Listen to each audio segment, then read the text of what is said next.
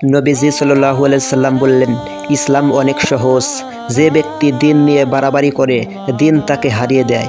তারপর বললেন, তোমরা মাধ্যম পথ ধরো, আল্লাহর কাছাকাছি থাকো, আশা রাখো, আর সকাল সন্ধ্যা ও রাতের কিছু অংশ ইবাদতের মাধ্যমে আল্লাহর সাহায্য চাও। শিক্ষা এটাই, দিন কঠিন না, অল্প অল্প করে নিয়মিত আমল করাই আল্লাহর কাছে প্রিয়।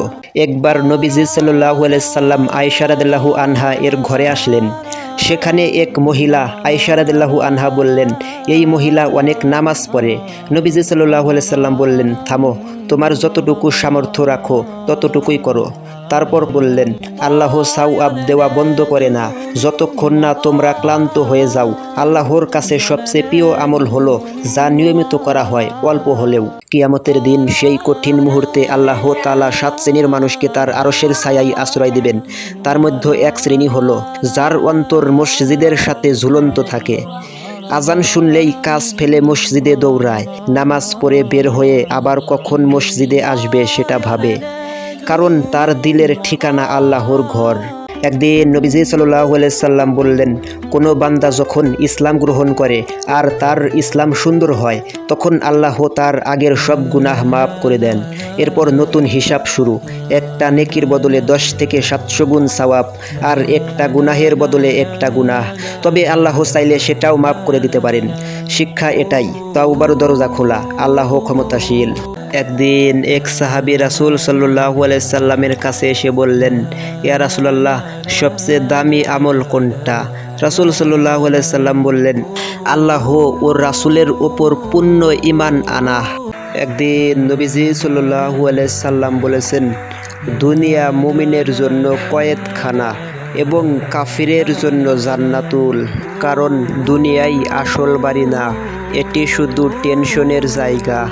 একদিন রাসূল সাল্লাল্লাহু আলাইহি সাল্লাম বলেছেন, 3টি জিনিস মৃত ব্যক্তির সাথীরূপে তার সঙ্গে চলে যায়, অতঃপর 2টি ফিরে আসে এবং 1টি তার সঙ্গে থেকে যায়। সঙ্গে গমন করে পরিবার পরিজন, ধন সম্পদ এবং তার আমল। তার জাতি গোষ্ঠী ও ধন সম্পদ ফিরে আসে, আর কেবল তার আমলই থেকে যায়। রাসূল সাল্লাল্লাহু আলাইহি সাল্লাম বলেছেন, যখন জান্নাতীরা জান্নাতে প্রবেশ করবে আর জাহান্নামীরা জাহান্নামে প্রবেশ করবে, তখন মৃত্যুকে আনা হবে এবং তাকে জান্নাত ও জাহান্নামের মাঝখানে দাঁড় করিয়ে জবেহ করে দেওয়া হবে। অতঃপর একজন ঘোষক ঘোষণা করবে, হে জান্নাতবাসীগণ, এখানে আর তোমাদের মৃত্যু নেই। অনুরূপভাবে জাহান্নামীদেরকেও বলা হবে, হে জাহান্নামীরা, আর তোমাদের মৃত্যু নেই। এতে জান্নাতীদের আনন্দের সাথে আরও আনন্দ বেড়ে যাবে এবং জাহান্নামীদের শোকের সাথে আরও শোক বহুগুণ বেড়ে যাবে। একদিন নবীজি সাল্লাল্লাহু আলাইহি সাল্লাম বললেন, হালাল স্পষ্ট, হারাম স্পষ্ট, আর মাঝে আছে সন্দেহজনক বিষয়। যে সন্দেহ থেকে বাঁচবে সে তার দিন ও ইজ্জত বাঁচালো। শিক্ষা এটাই, আমাদের খাবার, উপার্জন এবং জীবনযাপন হালাল হতে হবে। হারাম খাবার ও হারাম উপার্জন থেকে বেঁচে থাকা একজন মুমিনের জন্য অত্যন্ত গুরুত্বপূর্ণ। যে ব্যক্তি 5 ওয়াক্ত নামাজ ঠিকমতো পড়বে, আল্লাহ তাকে জান্নাতের ওয়াদা দিয়েছেন। সুবহানাল্লাহ। এক সাহাবী রাসূল সাল্লাল্লাহু আলাইহি সাল্লামের কাছে এসে বললেন, ইয়া রাসূলুল্লাহ, আমাকে এমন আমল বলেন যা করলে জান্নাতে যাব। নবীজি সাল্লাল্লাহু আলাইহি সাল্লাম বললেন, 5 ওয়াক্ত নামাজ পড়ো।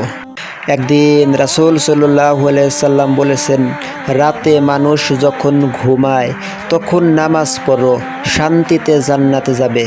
সাহাবীরা রাত জেগে কান্না করতেন। নবীজি সাল্লাল্লাহু আলাইহি সাল্লাম বলতেন, আল্লাহ তোমাদের উপর অনেক খুশি হয়েছে। সুবহানাল্লাহ। একদিন নবীজি সাল্লাল্লাহু আলাইহি সাল্লাম বলেছেন, যে ব্যক্তি রাগ চেপে রাখে, আল্লাহ তাকে কিয়ামতের সমস্ত মানুষের সামনে ডেকে জান্নাতের হুর থেকে পছন্দ করতে দেবেন। সুবহানাল্লাহ। আপনি কি জানেন হযরত মুসা আলাইহিস সালামের হাতে থাকা লাঠি দিয়ে কি করতেন? ফেরাউনের সব জাদুকর একসাথে, মুসা আলাইহিস সালাম এর হাতে শুধু একটি লাঠি। আল্লাহ বললেন, লাঠি ফেলে দাও। লাঠি ফেলে দেওয়া মাত্রই সাপ হয়ে গেল। শিক্ষা এটাই, সংখ্যা না, আল্লাহর সাহায্যই আসল।